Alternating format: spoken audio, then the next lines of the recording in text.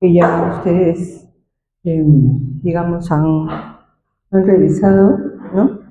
Primeramente vamos a hablar de dolor. Am, Vamos a evaluar el dolor, el estado de conciencia y las hemorragias en emergencias, ¿no?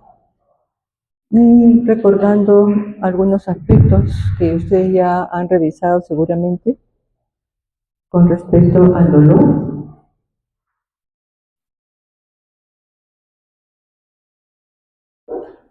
El dolor, como recordarán, puede ser somático, visceral o neuropático, ¿no? De acuerdo, yo creo que esto no funciona muy bien. Yo creo que sí me escuchan. ¿Aló? Sí. Si me escuchan bien, creo que no necesito micro, nomás. Si me escuchan, y si se ponen más abajo, mejor todavía. Bueno, entonces, para evaluar el dolor, tenemos que identificar si es un dolor somático, visceral o neuropático, ¿no? Ya, bueno, en el transcurso de sus clases han identificado cuando un dolor es somático, ¿no? Cuando está localizado en un espacio definido, ¿no? Un visceral, ¿no? Cuando definitivamente compromete más la víscera, sobre todo los dolores abdominales, y los dolores neuropáticos, los dolores que tienen una irradiación no convencional, ¿no? Que van a través de la médula, ¿no? Y varios criterios de evaluación, ¿no? Hay varias escalas. Las escalas que vamos a hablar acá son escalas en adultos, ¿no?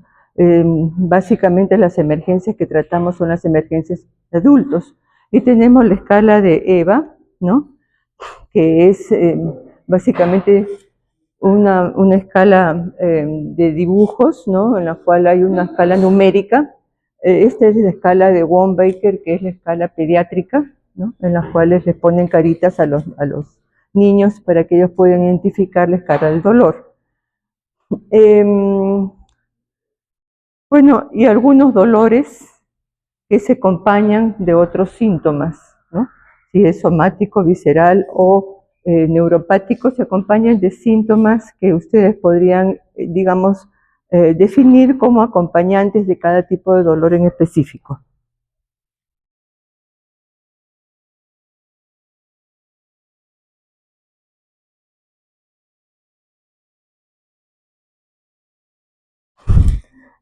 Recordando las características, esto todo se queda con ustedes, se saca en la máquina, así que no necesitan copiar, ¿no? El dolor visceral, bueno, ya saben ustedes que se va a originar en los nociceptores, en el peritoneo visceral, ¿no? Generalmente son abdominales y también pueden localizarse en la región lumbar. El dolor somático en estímulo de peritoneo parietal, ¿no? Y básicamente el dolor referido, la fuente de dolor, se encuentra a distancia del dolor, digamos, de donde se produce y se irradia de acuerdo a, digamos, a la inervación de la médula, ¿no? Estos son los dolores más comunes que nosotros vemos en las emergencias, obstructivos, inflamatorios y vasculares, que es lo que vemos generalmente, dolores viscerales y en algunos casos dolores neuropáticos, ¿no? Dolores viscerales, en el caso de obstructivas, los más comunes son estas de acá, ¿no? Las bridas, las neoplasias, ¿no? Que son dolores viscerales, somáticos, y inflamatorios, por ejemplo, una pancreatitis, enfermedad inflamatoria intestinal, diverticulitis, algunas que pueden, digamos, ser entre somáticos y viscerales y neuropáticos, porque tienen una irradiación un poco, digamos, diferente a la irradiación de un dolor. Por ejemplo, la colecistitis y la pancreatitis, ¿no? Que saben que se irradia en cinturón o que se irradia hacia el hombro y que tiene ciertas características diferentes que hacen a veces confundir con una neumopatía basal, ¿no? Siendo una enfermedad biliar, ¿no? Y se acompaña también, se pueden acompañar o no de síntomas pleurales, ¿no? Por ejemplo, en la pancreatitis se pueden acompañar de derrames pleurales bilaterales o derrames pleurales en el lado izquierdo, ¿no? Entonces, un poco que nos confunden. Por eso es que no podemos decir que sean específicamente somáticos o viscerales cuando van acompañados con una irradiación un poco diferente. Por ejemplo, el dolor también en el lima, ¿no? El dolor del infarto agudo de miocardio. Y los vasculares, acá tienen la ruptura del aneurisma, insuficiencias cardíacas, la lima, la isquemia y la pericarditis, ¿no? Que esos sí son dolores muy característicos y son básicamente somáticos, ¿no? Entonces, ¿qué hacemos en una identificación de un dolor? Identificamos primeramente una historia muy breve, vamos a clasificarlo según la EVA, ¿no? Digamos, la intensidad de dolor y vamos a hacer una analgesia escalonada, quiere decir con, digamos, medicamentos desde el más sencillo hasta el medicamento que puede ser los opioides, que son los más elaborados y que tenemos que tener alguna conducta ética para poder usarlos, ¿no? Y las medidas no farmacológicas.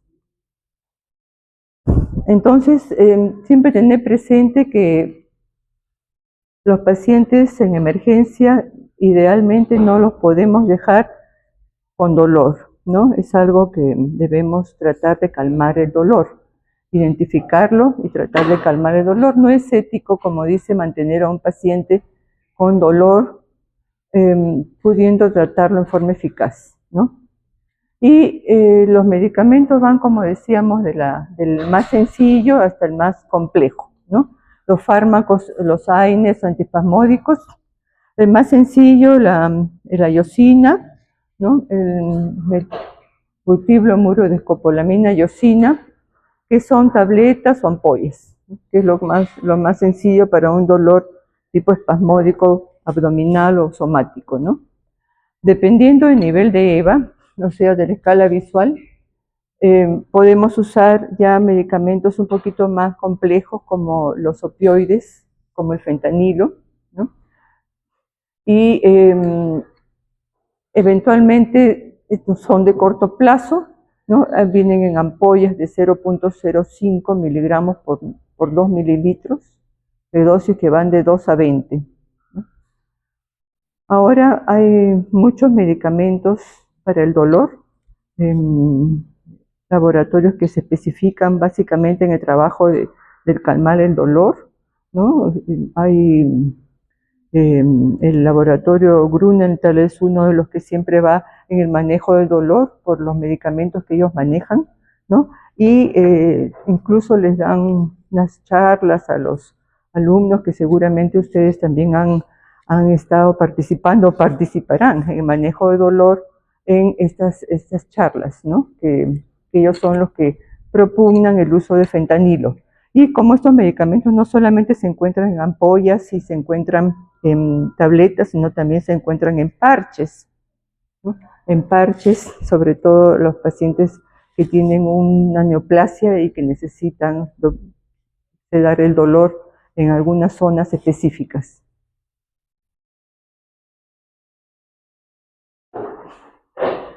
Los dolores viscerales, como dice acá, se asocian antiespasmódicos con analgésicos, ¿no? Entonces ya estamos hablando de antiespasmódicos con analgésicos, los cólicos renales, ¿no? O ureterales que también tienen una irradiación un poco particular, ¿no? También se tratan con AINES o también con inhibidores de la COX-2, que son los medicamentos de elección. Que nos interesa como biomarcadores del dolor, ¿no? En emergencia no tenemos mucho de estos apoyos, pero necesitamos saber también para en algún momento, si estamos en otro ambiente hospitalario, poder pedir algunos, digamos, marcadores como estos, ¿no? Tenemos la proteína C reactiva, la procalcitonina y el lactato. Bueno, la proteína C reactiva es el más usado para, digamos, clasificar digamos, establecer un diagnóstico de dolor abdominal agudo. La procalcitonina, más sensible y adecuado, ¿no? Y el lactato, bueno, el lactato, como vamos a ver después, ya conocen ustedes, es un marcador muy sensible para los casos de sepsis, shock séptico, ¿no? Una hiperlactatemia nos dice de un cuadro grave de manejo de sepsis y de shock séptico, ¿no? Entonces, idealmente, si tenemos un apoyo de laboratorio, tendríamos que pedir estos elementos, ¿no? El PCR, el PCT y el lactato, ¿no? Algunos pacientes especiales en los cuales estamos para hacer la historia clínica de los pacientes que presentan dolor, los pacientes inmunocomprometidos, ¿no? Los pacientes adultos mayores, ¿no? Generalmente son pacientes que tienen alguna patología crónica, ¿no? Y van a ir básicamente, como dice acá, el 50% tiene que ir a hospitalización por cirugía bariátrica, ¿no? Ahora, pues, ustedes saben que la obesidad se ha convertido en un problema digamos, un problema de salud pública y la cirugía bariátrica ofrece pues una salida o un tratamiento y también, también puede producir post cirugía bariátrica dolor, ¿no? Presentación de pocas horas de dolor abdominal que va a desembocar rápidamente en un shock, sobre todo en mujeres. Tiene que pensarse en un embarazo ectópico, en varón, rotura de neurisma y hemorragia digestiva, ¿no? Entonces ya estamos viendo que el dolor que acompaña con un shock ya básicamente nos está diciendo que es un dolor probablemente de etiología quirúrgica. Vamos a tener que pensar no solamente en calmar el dolor, sino en una evaluación un poquito más cercana con un cirujano, ¿no? Dependiendo de la historia clínica. Esto de acá es lo que se ve casi todos los días en las noticias, ¿no? Los que ingieren droga, ¿no? En esos estuches y en gran cantidad y producen rupturas de los ovoides, ¿no? De cocaína. También es un cuadro muy aparatoso cuando realmente se rompen y llegan a la emergencia con dolor abdominal y pueden también presentar un shock, ¿no? Entonces vemos ustedes que el manejo de dolor abdominal agudo en este algoritmo, ¿no? Básicamente lo tendríamos que definir si es un dolor traumático o no traumático, ¿no? Si es no traumático, si es quirúrgico o no quirúrgico. Y tienen ustedes la escalera de manejo de dolor, ¿no? Si es leve, moderado o severo, de acuerdo a la escala de EVA, ¿no? Entonces son básicamente indicaciones muy sencillas y precisas para lo que deben ustedes enfrentar en una emergencia con dolor, ¿no?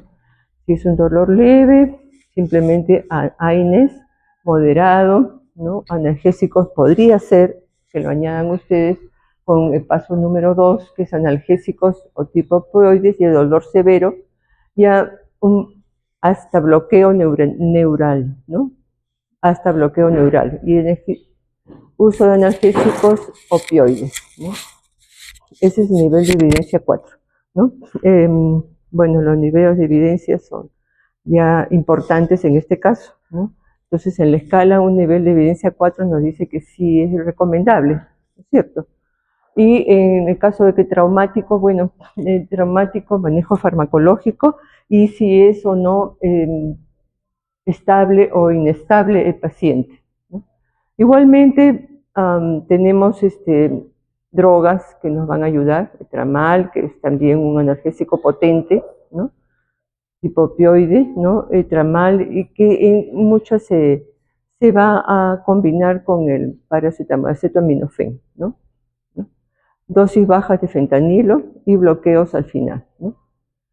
Entonces, esto sería el manejo de un paciente con dolor en la emergencia, ¿no? Identificamos la historia clínica, definimos si es un dolor somático, visceral o neuropático, y la importancia o no de descartar que tenga una enfermedad quirúrgica asociada, ¿no? O que puede desencadenar en una patología quirúrgica.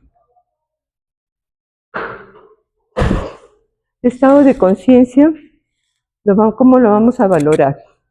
En paciente con estado de conciencia lo vamos a valorar con la escala de valoración, ¿no? Con la escala de Glasgow, que es el vida o ABPU, ¿no? Vamos a ver si las siglas, las principales causas son la hipoglucemia, la hipoxia, trastornos cerebrales, ACV e intoxicaciones. Entonces, en la escala de Glasgow ya ustedes conocen, tiene hasta 15, ¿no? Y están con apertura ocular, respuesta verbal, respuesta motora y la puntuación de 15, ¿no? La puntuación. Y la escala ABDI o vida, ¿no? Que nos dice que es alerta, responde al estímulo verbal, responde al estímulo doloroso e inconsciencia, ¿no? Que es la P, si es que, como hemos visto en la mnemotécnica, ¿no? Si es que responde al pain, que es el dolor, o la I, que es inconsciencia, ¿no? Lo mismo, ¿no? En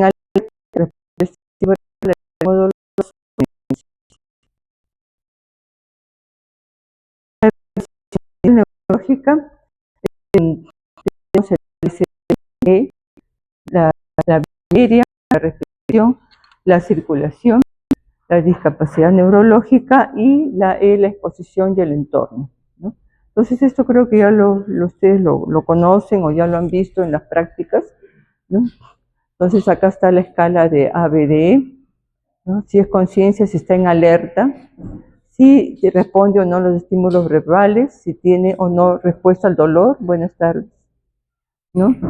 Que es el P, que es el pain, y si está inconsciente o no responde, ¿no? Bueno, creo que ya lo hemos visto esto en la valoración del accidentado, ¿no? Que básicamente es una valoración primaria y una valoración secundaria, ¿no? La valoración primaria, que ya si tiene o no respuesta a conciencia, respiración, circulación, ¿no? Y la valoración secundaria, si tiene lesiones, una evaluación metódica de cuerpo, si tiene lesiones en extremidades, ¿no? O cabeza, cuello, tórax o abdomen. Y lo ponen ustedes en posición lateral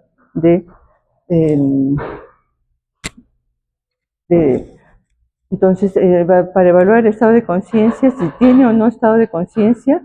Si tiene estado de conciencia, no moverlo, activar el 112, ¿no? Y si no tiene el estado de conciencia, si respira o no respira, posición lateral de seguridad, no respira, abre vía aérea, si respira, y si no respira, el RCP, ¿no? Yo creo que esto lo pasamos porque ya lo han visto en emergencia, pero es importante valorar el estado de conciencia del paciente, ¿no? Y vamos a pasar a lo que son las hemorragias.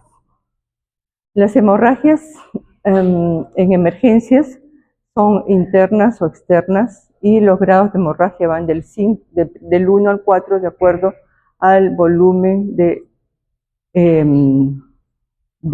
expulsión ¿no? Hasta los grados del 5% hasta más del 30%.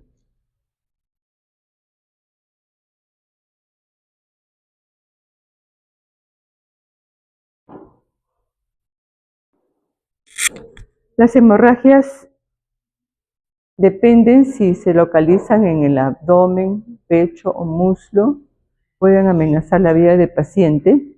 Tienen que hacer una evaluación primaria muy pronto. Evaluar una hemorragia interna es un poco más difícil, ¿no es cierto? Que vemos un paciente accidentado, a que vemos un paciente que no tiene ningún signo, pero sin embargo lo vemos chocado, ¿no?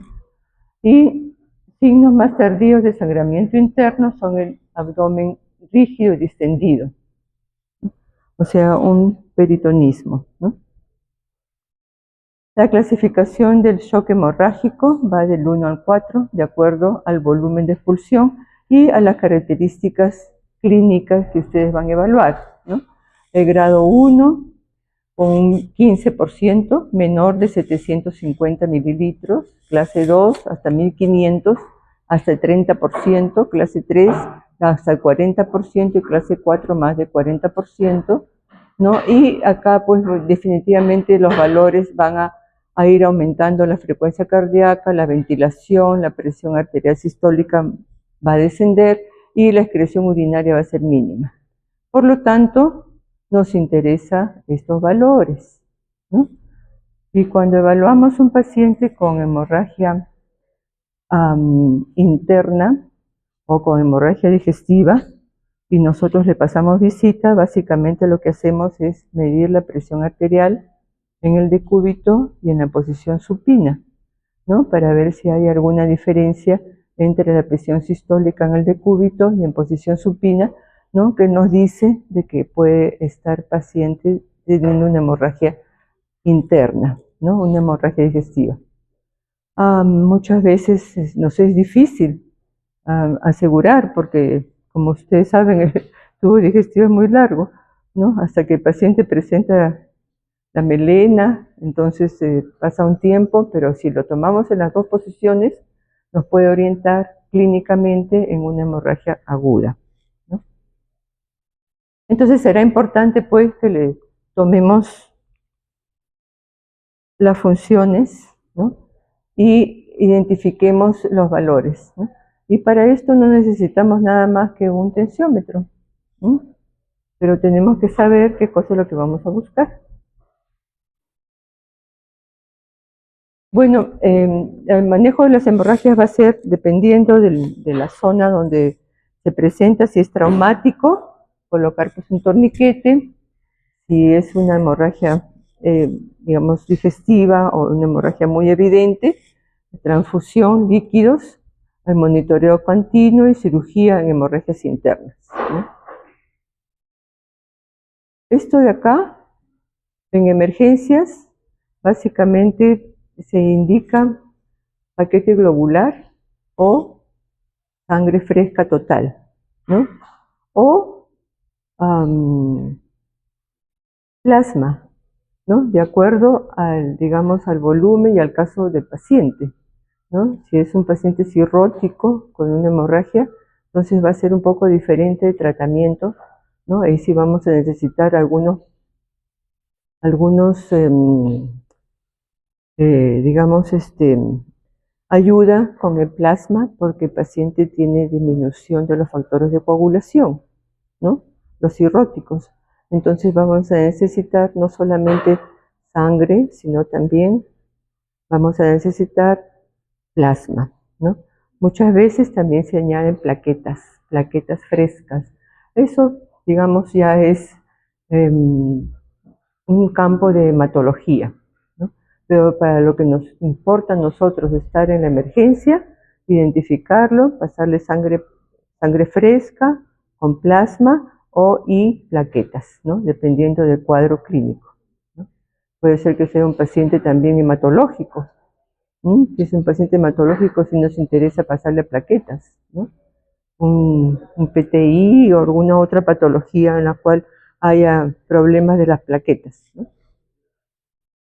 Entonces va a depender básicamente del cuadro clínico. Ya, y acá tenemos una pequeña historia de un paciente masculino de 55 años con dolor torácico opresivo, que inicia hace 30 minutos, que se irradia brazo izquierdo. Presión arterial 90/60, frecuencia cardíaca 110. ¿Cuál sería su diagnóstico presuntivo? ¿Cuál sería tu diagnóstico presuntivo? ¿Ah? Parece un Zika, ¿no? parecería un síndrome coronario agudo, ¿no? ¿Les parecería? No sabemos si será un IMA, pero parecería un síndrome coronario agudo. Muy bien, entonces yo creo que de primera impresión, no creo que nadie diga que es otra cosa, ¿no? Parecería un síndrome coronario agudo. Primeras medidas, ¿necesitan analgesia? Por supuesto que necesitan analgesia, ¿no es cierto? ¿No? ¿Por qué? Porque si hay espasmo y después hay necrosis del músculo cardíaco, entonces eso va a producir más problemas, va a acelerar más el dolor y va a entrar el paciente de repente en un shock, ¿o no? O en un choque cardiogénico, ¿no? Entonces yo creo que en ese aspecto no hay ningún problema, hay que darle pues tratamiento analgésico, ¿no? Y es probablemente que tenga un dolor somático, visceral, referido. Neuropático, somático, un dolor neuropático y neuropático, porque realmente el dolor de cardíaco generalmente puede ser acá, ¿no? Pero se va siempre al brazo, ¿no?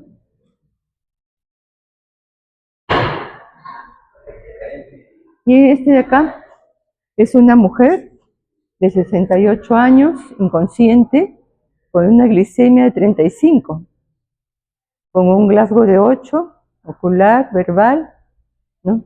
Y de los miembros, conducta inmediata, ¿cuál sería?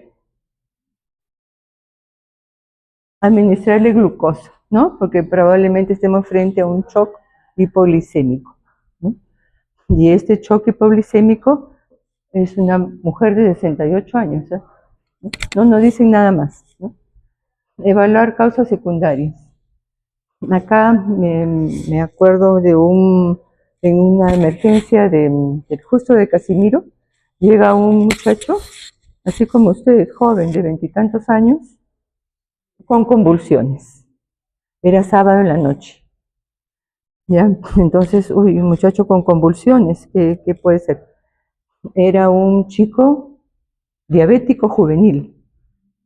Diabético juvenil, venía de una discoteca porque tenían aliento alcohólico y la persona que lo trae viene diciendo de que lo encuentran en la discoteca, en una esquinita, echado en el suelo, y dijeron, pues seguro que está, ¿no? Ha tomado más de la cuenta y está, pero comienza a convulsionar.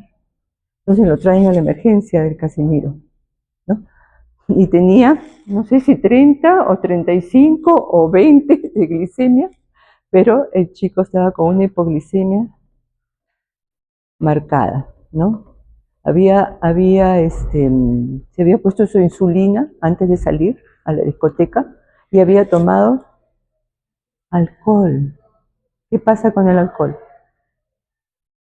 en un diabético? Hay que revisar la bioquímica, ¿no? Desencadena más la hipoglicemia. Y el chico, bueno, felizmente salió, ¿no? Salió el chico de la emergencia, ¿no? Se le pasó glucosa a 33 y destroza al 10%, ¿no? Y salió el chico. Ya vino el padre, vino la familia, ¿no? Pero miren ustedes cómo es, ¿no? En la emergencia identificar muy bien a este tipo de pacientes, ¿no? El estado de conciencia es bien importante. Y si el paciente sigue con esa hipoglicemia y con convulsiones, definitivamente su estado era crítico, ¿no? Un poco más se queda en la discoteca pensando que está tomado y ahí nomás se queda, ¿no? Pero los amigos tuvieron la buena idea de traerlo, ¿no? a la emergencia. Bueno, entonces les digo que el estado de conciencia es muy importante evaluarlo en la emergencia dependiendo de cada cuadro clínico. Acá hay un paciente joven con herida sangrante en el muslo. Esa es una hemorragia evidente, ¿no? Un accidente de 80/50, piel fría y pálida, tipo y grado de hemorragia, medidas de control, indicación de torniquete. De 80/50, ¿a qué categoría piensan ustedes que puede deberse esta hemorragia? 1, 2 o 3 o 4, ¿no? De las que hemos visto. A la 3, ¿no? Más de 30 a 45, vamos a ver acá, ¿no? Acá, a la 3, ¿no? Acá. Descenso, presión arterial gran descenso, de 30 a 40, de frecuencia ventilatoria y frecuencia cardíaca más de 120, ¿no? Entonces, ay, perdón, ya me pasé. Ya, entonces es un grado 3, medida de control. Definitivamente hay que poner un torniquete, ¿no es cierto?, para evitar el sangrado y, bueno, canalizarlo, ¿no? Cuando son así pacientes que tienen este grado de sangrado, hay que hacerle una vía central y una vía periférica, porque la vía periférica es generalmente difícil de encontrar, ¿no? Una vía venosa central para pasarle la sangre, reponer el volumen y, bueno, ingresarlo, ¿no? Para el tratamiento quirúrgico, porque va a ser tratamiento quirúrgico. Bueno, las recomendaciones finales entonces en el dolor, en el estado de conciencia, en las hemorragias sería evaluar rápido, actuar pronto, siempre considerar causas reversibles y usar protocolos y algoritmos, ¿no? Tenemos que ser bien ordenados en ver cada paciente, ¿no? Sobre todo la historia clínica que trae. Muchas veces también no traen nada, nos trae la policía y dice los he encontrado en la calle inconsciente y es NNN, no sabemos ni cómo se llama, ¿no? Pero ustedes ahí mismo lo evalúan su Glasgow, ¿no? Y determinan qué puede ser, ¿no? Ya la mayoría ya tienen la idea de cómo deben ver, si respiran, no respiran, y en fin, digamos, los protocolos que deben usar en cada caso, ¿no? Ahora vamos a hablar un poco de los signos de sepsis y shock séptica en el ámbito de la emergencia, ¿no? No sé si vamos a comprender la fisiopatología básica o por lo menos revisarlo, aplicar protocolos y interpretar casos clínicos. Ya, muy bien. Entonces el shock se define como incapacidad del corazón o de la circulación periférica para mantener una adecuada perfusión a los órganos vitales, provocando hipoxia tisular. Y acá tenemos los tipos de shock, que ya ustedes los conocen: cardiogénico, hipovolémico, hemorrágico o hemorrágico distributivo y obstructivo, ¿no? Y todos tienen más o menos un comportamiento similar o un índice cardíaco, una resistencia sistémica, digamos, aumentada, ¿no? Una saturación venosa de oxígeno, puede ser normal o aumentada. Lo que básicamente lo diferencia acá, por ejemplo, en el hemorrágico, es la resistencia vascular periférica, que está muy disminuida, y los demás tipos de shock está aumentada, ¿no? O normal, como dice acá, ¿no? Entonces vamos a enfocarnos un poquito en el shock distributivo. Esas son las causas de todos: la hipovolemia, las cardíacas, y la obstrucción del flujo y la disfunción motora, ¿no? Ya, bueno, esto básicamente ya no lo tratamos porque están todas las causas, ¿no? Pero nos vamos a enfocar en esto de acá, de respuesta inflamatoria sistémica del SIRS. El SIRS, como ustedes conocen, puede ser infeccioso o puede ser no infeccioso, ¿no? No necesariamente todos los SIRS son infecciosos, ¿no? Y acá tenemos los SIRS infecciosos que pueden llevar a un daño orgánico, ¿no? Un daño orgánico múltiple que lleva a la muerte, pero pasando por una serie de etapas, ¿no? Que puede quedarse en sepsis severa, shock séptico, disfunción orgánica múltiple, ¿no? Y esto ya que es básicamente lo último del shock, ¿no?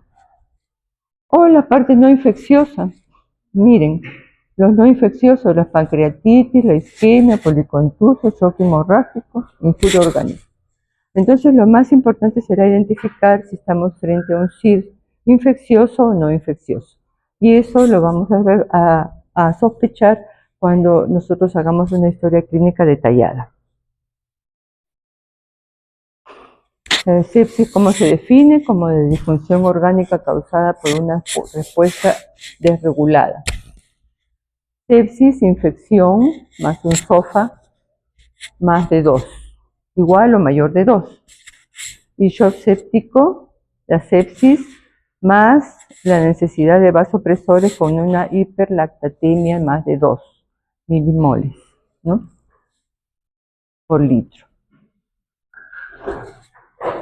Entonces, lo que comienza con un SIRS puede derivarse a una sepsis, a una shock séptico, o simplemente quedarse como una sepsis, o no evolucionar más y quedar, digamos, mejorando, ¿no? La sepsis se define como difusión orgánica potencialmente mortal. Y se puede presentar con aumento de 2 puntos o más de la puntuación de SOFA. El SOFA ya saben ustedes que es el Sequential Organ Failure Assessment Score, ¿no? Eso ya lo conocen. ¿Por qué es importante? Porque se asocia a una mortalidad intrahospitalaria muy alta, ¿no? Más del 10% de mortalidad, ¿no?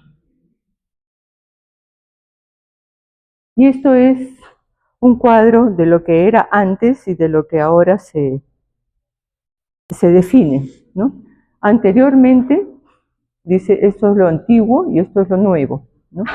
Anteriormente teníamos la sepsis, que es el SIRS más sospecha de infección, sepsis severa, con la sepsis, con la presión ¿cómo se llama? Menor de 90, presión sistólica menor de 90, o una presión arterial media menor de 65, con un lactato más de 2, UNR más de 5, bueno, todos digamos, los criterios de SOFA, ¿no? Todos los criterios de SOFA. Actualmente no se aceptan ya esto. Todos estos aspectos están muy detallados en un artículo que es de Critical Care, que le estoy dejando acá a ustedes en la máquina, que la última revisión es de 2022. ¿Ya? Entonces, ustedes pueden revisar porque es un artículo muy largo de estudios multicéntricos de unidad de cuidados intensivos, y ellos ven cómo, de acuerdo a estos criterios, van a, digamos, a sugerir un tratamiento definido para cada uno de estos aspectos, ¿no? Y shock séptico dice que da sepsis más hipotensión, ¿no? Después de un adecuado resucitación con fluidos. En cambio, el nuevo dice que es sepsis más con vasopresores, con una presión arterial media, necesidad de vasopresores para mantener una presión arterial media mayor de 65, con un lactato más de 2 milimoles, ¿no? La sepsis. Y acá tienen el Q-SOFA, un SOFA, ¿no? ¿El Q-SOFA qué cosa es? El Q-SOFA es un mini SOFA, ¿no? Para la emergencia. Es muy importante porque son cosas muy sencillas que lo pueden hacer sin necesidad de nada, simplemente con un tensiómetro. Miren, presión arterial sistólica menor de 100, bien fácil. Alteraciones del estado de conciencia, un Glasgow menor de 15 y una taquipnia mayor de 22.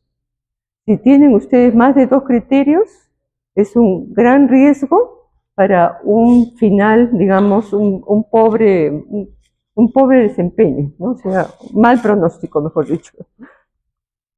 Y acá tienen los criterios de SOFA. Bueno, los criterios de SOFA ya no, me imagino que ya los conocen, ¿no? Simplemente para que se recuerden los criterios de SOFA, ¿no? Por eso es que el Q-SOFA es quick, es muy rápido, ¿no? Y solamente son 3 criterios muy sencillos y ustedes lo evalúan rápidamente y sospechan de que el paciente puede tener un desempeño o puede ir a un mal pronóstico, ¿no? Si tiene más de 2. Entonces el Q-SOFA y Quick están con una respiración de más de 22, presión arterial sistólica menos de 100, perdón, y alteraciones en el Glasgow, ¿no? Si tiene 0 de estos, mortalidad menos del 1. Si tiene 1, mortalidad de 2 a 3. Y si tiene más de 2, mortalidad más del 10%. Entonces, es muy importante evaluar estos criterios en la emergencia. Cuando sospechamos de shock, ya estamos hablando ya no de sepsis, sino de shock, ¿no? Cuando hay una hipotensión arterial con disfunción de órganos o mala perfusión tisular, ¿no? Aquí nosotros, dice, ¿hay afectación de las funciones cardiorrespiratorias? Sí, RCP, y no, bueno, le piden toda una analítica, ¿no? Monitorización, tratamiento inicial, y lo van a definir si es alguno de estos tipos de shock, ¿no? Hipovolémico, cardiogénico, shock séptico, o también anafiláctico. Bueno, la fisiopatología yo creo que ya son una serie de toxinas segregadas generalmente por gérmenes, en su mayoría gram negativos, ¿no? O también pueden ser gram positivos, ¿no? Y en pacientes que tienen algún compromiso inmunológico o pacientes que tienen una enfermedad de fondo, ¿no? Liberación de citoquinas, vasodilatación, hipoperfusión y daño orgánico. Y acá tenemos cómo es que, digamos, entran las toxinas, ¿no?, en el tejido endotelial y produce las interleuquinas y el factor de necrosis tumoral, ¿no? Y los neutrófilos, cómo producen todos estos tipos de daño celular, ¿no? Activación de la coagulación, bloqueo de afibrinólisis, óxido nítrico aumentado, disfunción orgánica múltiple, ¿no? Entonces, definitivamente el daño se va produciendo rápidamente y el paciente se descompensa y entra en shock, ¿no? Entonces, confirmar estudios con SOFA y SOFA completo. Bueno, diagnóstico rápido en emergencia, ya hemos dicho, de esos 3 criterios importantes, ¿no? Frecuencia respiratoria, presión arterial y estado de conciencia. Estudios complementarios. Estudios complementarios, ya una vez que sospechamos de que tiene una sospecha de sepsis y de Q-SOFA positivo, más de 2, los cultivos, laboratorio, lactato, gases y imágenes según foco sospechoso. Tomografía, rayos X o eco, ¿no? Tratamiento inicial. El tratamiento inicial tiene que ser muy rápido en emergencia, dentro de las primeras 3 horas. Identificar la sospecha clínica, los cultivos siempre antes de los antibióticos, ¿no? Porque si no vamos a tener pues un cultivo negativo, ¿no? Siempre, igual que la glicemia, siempre la glicemia y los cultivos en un paciente que sospechamos de que tenga infección de este tipo, ¿no? Antibióticos de amplio espectro y el uso de cristaloides, 30 mililitros por kilo, si la hipotensión o lactato es mayor de 4, y medición de lactato. Entonces, como el paciente está chocado, tenemos que comenzar a darle una gran cantidad de cristaloides, 30 mililitros por kilo, ¿no? Ahora, en el shock séptico, el tratamiento va a ser es la sepsis más hipotensión con aumento del lactato, ¿no? Hemos identificado una sepsis iremos a otro tratamiento antibiótico, pero vemos que con la reposición de los cristaloides no hay mejoría. Entonces pensamos, si tenemos un lactato más de 2, pensamos de que puede estar en shock séptico. Entonces el tratamiento va a ser reanimación con fluidos, pero vamos a tener que añadirle vasopresores. Y el vasopresor de elección es la NA, la noradrenalina. La noradrenalina, control de foco y monitorización, ¿no? Ya, eso ya prácticamente es un paciente identificado en la emergencia y que pasa a UCI, ya pasa a UCI, porque tiene que estar monitorizado, ¿no? Shock séptico, evidencia de hipoperfusión, disminución del estado de conciencia, taquicardia, taquimia, oliguria, ya, piel caliente. Bueno, esto de piel caliente, siempre me dicen piel caliente o piel fría o piel caliente, siempre está en discusión si es fría o caliente, ¿no? Acá dice piel caliente, seca y con buen relleno, vasodilatación. Pero si es un paciente con shock hemorrágico, definitivamente no va a tener piel caliente, va a estar frío, ¿no? Bueno, entonces, evidencia de acidosis láctica, acidosis por hiperventilación, pH sanguíneo menor de 7.3, ¿no? Entonces tenemos que pedirle también gases, ¿no? Va a tener una acidosis. Bicarbonato menor de 15, brecha aniónica mayor de 15, lactato sérico mayor de 5, ¿no? O de 2 milimoles, ¿no? O mayor de 2 mil equivalentes por litro. Milimoles por litro o 1000 equivalentes por litro. Pero tiene una hiperlactatemia, ¿no? Y los exámenes complementarios, pues el hemograma, coagulación, bioquímica, gasometría, proteína, procalcitonina, todos los marcadores que ustedes consideren necesarios para el shock séptico. Esto es recomendaciones de sepsis campaña, sepsis survival campaña del shock séptico, que es en el artículo, ¿no? Que en el artículo que está adjunto ahí, recomiendan lo siguiente, ¿no? Esa es la Survivor Sepsis Campaña de 2022. ¿No? Recomienda medir el nivel de lactatos, extraer hemocultivos antes de administrar antibióticos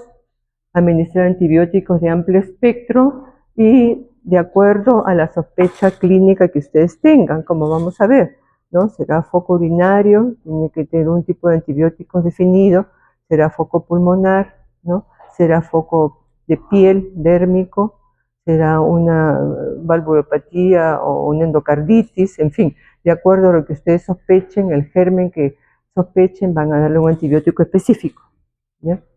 Administrar, esto sí es importante, cristaloides, 30 mililitros por kilo de cristaloides para hipotensión o un lactato mayor o igual a 4 milimoles por litro. Indicación a UCI, objetivos de perfusión. Esto es importante. ¿Cuál es el objetivo de la perfusión? Lograr que la diuresis se produzca, ¿no? Lograr una diuresis más de 0,5 mililitros por kilo por hora. Por lo tanto, si el paciente está monitorizado, debemos de ver si está miccionando o tiene digamos, la bolsa ¿no? de la sonda vesical, si tiene o no orina, ¿no? Y una presión arterial media mayor de 65, ¿no? Eso es importante. Estos son los objetivos básicamente de la perfusión, ¿no? Darle cristaloides y evaluar la presencia o no de orina y la presión arterial media que suba. En el plazo de 6 horas, hemos dicho que en el plazo de 3 horas o estamos en el plazo de 6 horas, aplicar vasopresores. Si no responden a un inicio de mantener la presión arterial con fluido, con cristaloides, vamos a tener que hacer uso de vasopresores que hemos dicho, el más recomendable es la NA, la noradrenalina. En el caso de hipotensión arterial persistente, a pesar de la reanimación, o 4, medir la presión venosa central y la saturación de oxígeno. Bueno, ya eso es criterios de la emergencia, de la UCI, porque para medir PVC hay que poner el catéter, ¿no? Entonces ya es volver a medir el lactato, objetivos de la reanimación, si corresponde con una PVC de 8 milímetros con una saturación de oxígeno. Hola, buenas, ¿qué tal? Adelante. Perdón, disculpen. Hola. ¿Pueden interrumpir 5 minutos? Sí, sí, por supuesto. ¿Puedes anunciarlo para que... Ya. Con la doctora Lucia. Ya. Hola, ¿qué tal? No quiero interrumpir. Ya. Si no responde a la fluidoterapia, aplicar vasopresores, la NA, la noradrenalina, de elección, ¿no? Medir la presión venosa central y medir el lactato, ¿no?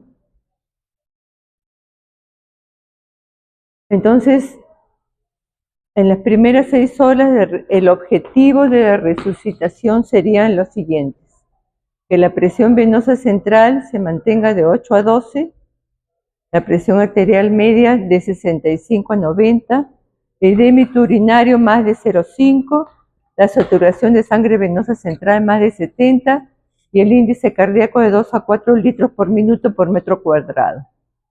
Si no responden las 6 primeras horas, infusión de vasopresores e inotropos y transfusión de paquete globular. Bueno, esto es muy importante que lo tengan en cuenta, porque estos son los objetivos de la resucitación.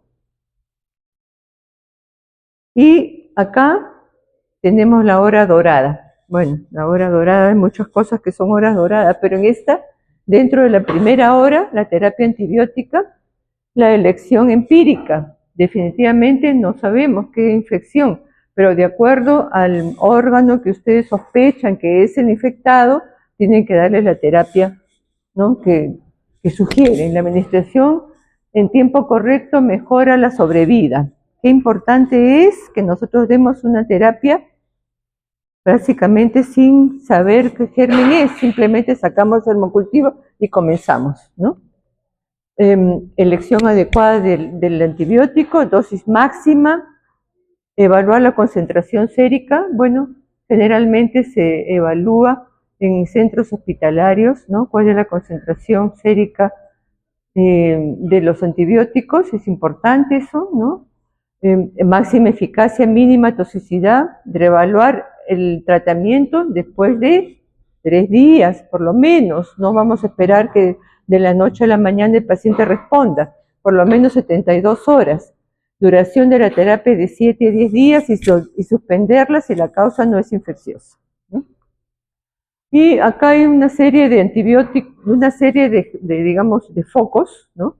Pero lo más importante, por ejemplo, en el shock séptico o sepsis grave con foco desconocido, recomiendan este tratamiento, ¿no?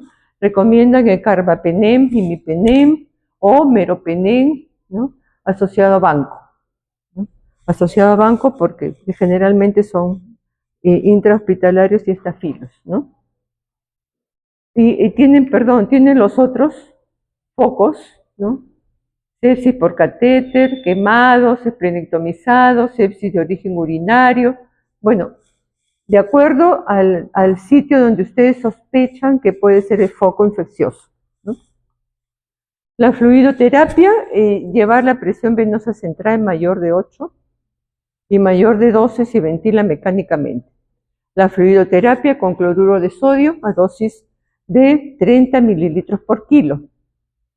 Es un montón, miren, de 500 a 1000 mililitros por hora, de 4 a 6 litros por día con un balance hídrico positivo. Es una gran cantidad de líquidos que requiere el paciente con shock séptico, ¿no? Se recomiendan los cristaloides, aunque también se sugiere que se pueden usar coloides, ¿no?, como hemacel, albúmina, tiempo de vida más prolongado, o la combinación de ambos, cristaloides más coloides. Pero eso definitivamente ya es manejo de luciólogo, ¿no? Y el reto de fluidos. Esto sí es importante no que lo sepan ahora, pero que lo tengan en cuenta cuando van a reponer el volumen. ¿Qué es lo que pasa si yo le doy más líquido? Lo voy a llevar al otro lado, al edema agudo del pulmón. Por lo tanto, tengo que ver si la presión venosa central es menos de 8, le administro 200 centímetros cúbicos. Si aumenta, ¿no? Si disminuye los centímetros, entonces ahí quedo. Si la presión venosa central es de 8 o 14, y si la presión venosa central es más de 14. De acuerdo al digamos, valor de la presión venosa central, yo voy a indicar 200, 100 o 50. Y lo voy a repetir o no de acuerdo a la respuesta, ¿no? Si la presión venosa central disminuye, repito el reto. Si aumenta de 2 a 5, stop. Y si aumenta 5 centímetros, también stop, ¿no?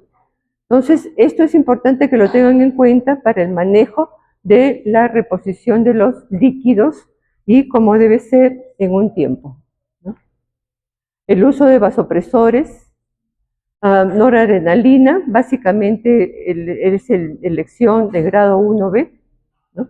O sea, es un alto grado de importancia, ¿no? Un alto grado de... y ampollas de 4 mililitros de 0.05 a 1 microgramos por minuto. Y acá están los valores. Una ampolla tiene en 100 mililitros contiene 40 microgramos por mililitro o 2 microgramos por gota. Bueno, epinefrina, si no consigue la noradrenalina, la norepinefrina, o dopamina, ¿no? Como vasopresor o vasopresina. Inotrópicos, la dobutamina, solamente si hay hipotensión, ¿no? Solamente si hay hipotensión, iniciar con dopamina y luego dobutamina. Estos ya son, el uso de inotrópicos ya es, digamos, una potestad del usiólogo, como decíamos, ¿no? Bueno, el diagnóstico se hace primero estabilizando al paciente, colocar la vía presión venosa central para medir la presión venosa central, y la presión capilar pulmonar. Bueno, pero esto ya es un poquito más complejo. Cultivos, 2 cultivos en catéter central. En catéter central si tiene más de 48 horas. Importante porque muchos pacientes tienen catéter venoso central, ¿no? Por ser, digamos, diabéticos que tienen hemodiálisis o tengan una patología hematológica. Entonces, ese catéter venoso siempre se puede dar, se puede infectar, ¿no? Es un foco infeccioso. Cultivos en orina, secreción respiratoria, líquido cefalorraquídeo, herida. Bueno, todos los focos que ustedes. La terapia con bicarbonato solamente si el pH es menor de 7.15, ¿no? Solamente en esos casos, solo si el pH es menor de 7.15. Marcadores. Bueno, los marcadores, no todos los emergencias tienen estos marcadores, ¿no? Para la sepsis grave y shock séptico.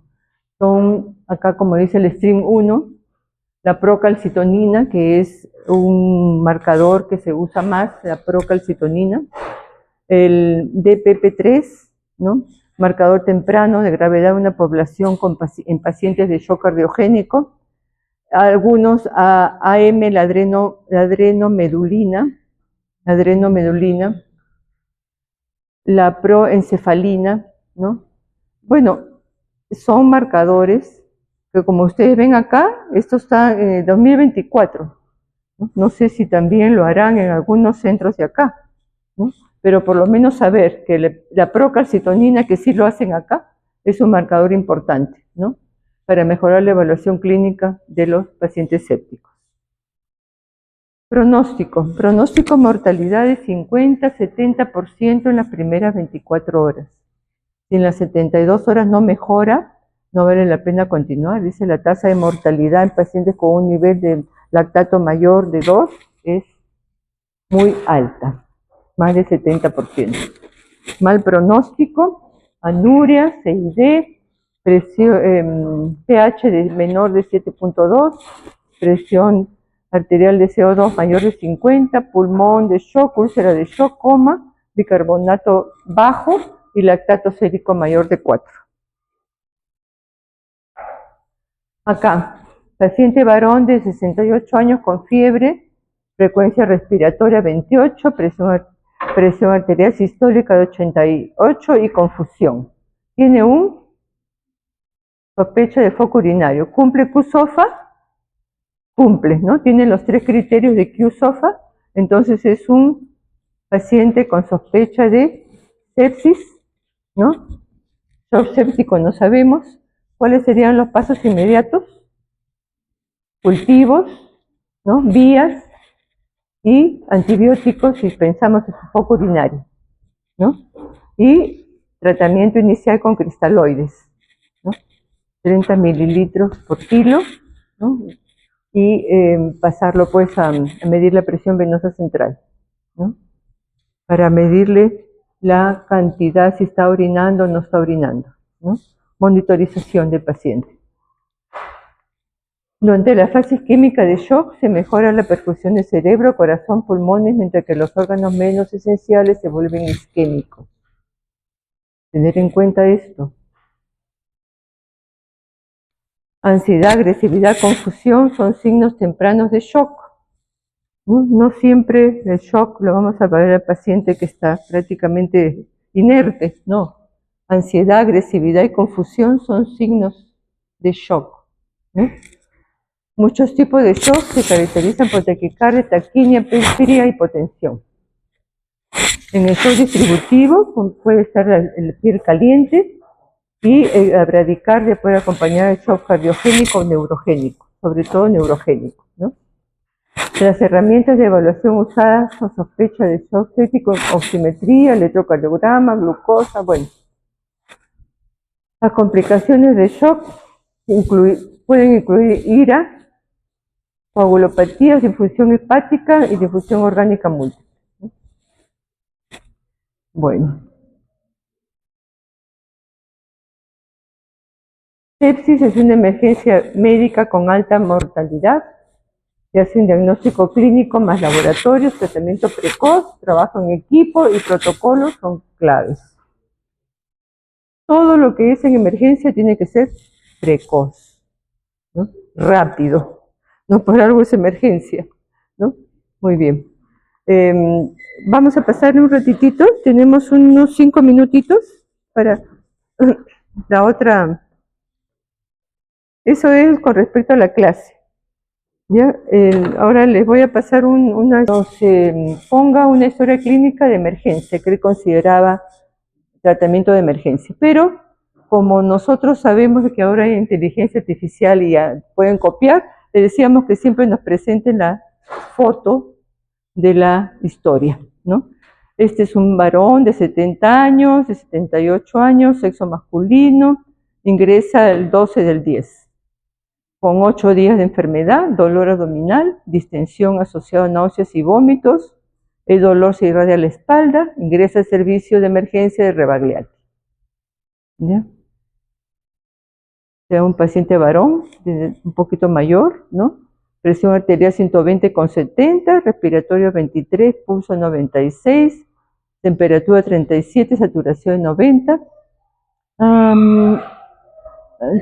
Sin dolor a la palpación, mucosa seca, todo esto es en emergencia, ¿no?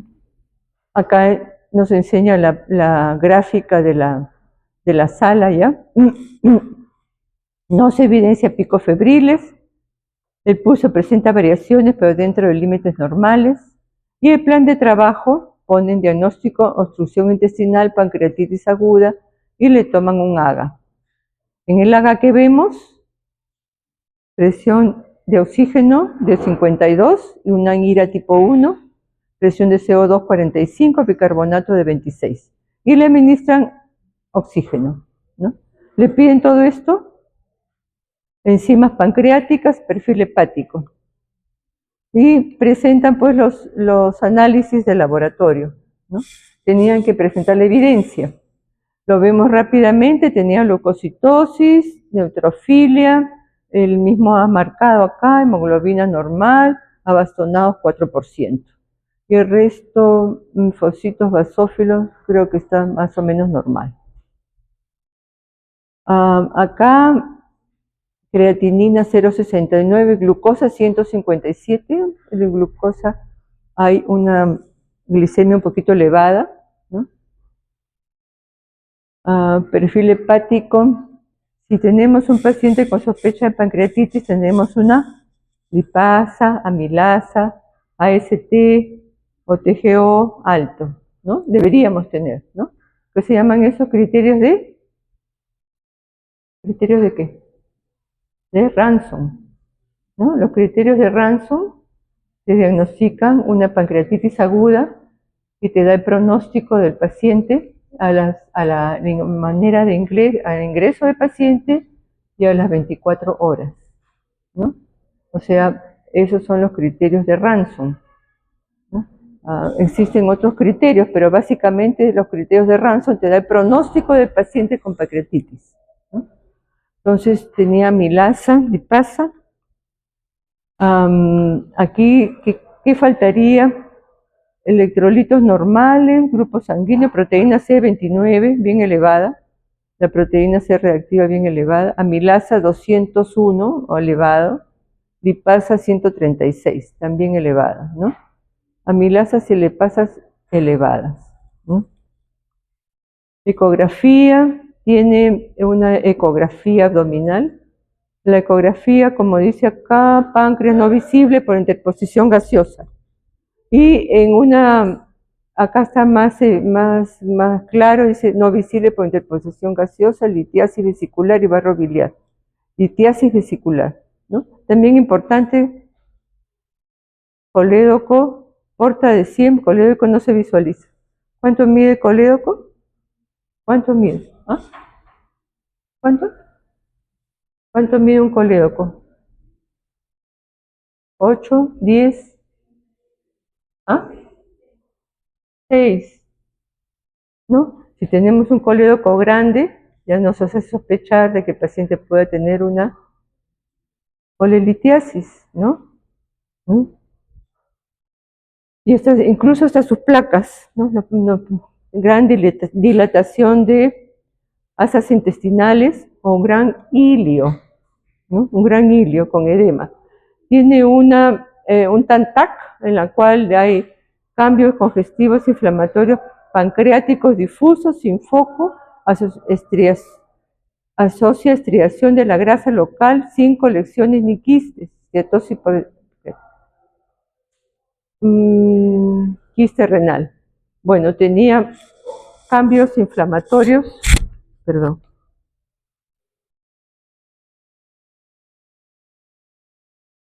Un momentito, ya salgo, sí. La TAC, incluso la TAC, este es el páncreas, esto de acá, ¿no? Esto de acá es el páncreas. Criterios de Baltasar, todo esto lo identifica con un criterio de Baltasar tipo C. El criterio de Baltasar te dice el daño pancreático que hay en una tomografía, ¿no? Todos esos criterios, pero como tenía alteraciones pancreáticas intrínsecas, mire que puede hacer colecciones líquidas, ¿eh? Presencia de gases, criterio E. Bueno, ¿cómo evoluciona el paciente? Sonda nasogástrica, pancreatitis aguda tipo IRA tipo 1, obstrucción intestinal, paciente confuso, 6 días de dolor abdominal, TAC revela líquido peripancreático, no necrosis, se plantea manejo médico, criterios de BISAP, ¿no? Todo esto lo presentaba cada uno de los alumnos y era parte de su trabajo de emergencias, ¿no? Porque como ustedes cada uno trabaja en una emergencia diferente, en un hospital diferente, hacían su historia clínica y lo discutíamos en las reuniones. Entonces los criterios de Baltasar son importantes porque nos dicen el daño hepático que hay en una tomografía, ¿no? El paciente fue tratado con tratamiento médico, ¿no? Perdón. Los criterios de Baltasar, discusión de tratamiento, acá está el tratamiento médico, sonda, fue tratado con NPO, cloruro de sodio, cloruro de potasio, omeprazol, ceftriaxona, metronidazol, captopril. ¿Ya? Y eso es todo lo que tiene el paciente. Bueno, se los dejo también para que lo revisen. Acá está, ¿no? Sí, y después está el artículo ese del Survival Sepsis Campaña, que es de 2022. ¿Ya? Muy bien, eso es todo lo que les tengo que decir. Muchas gracias, jóvenes. No me queda nada. No, ya está.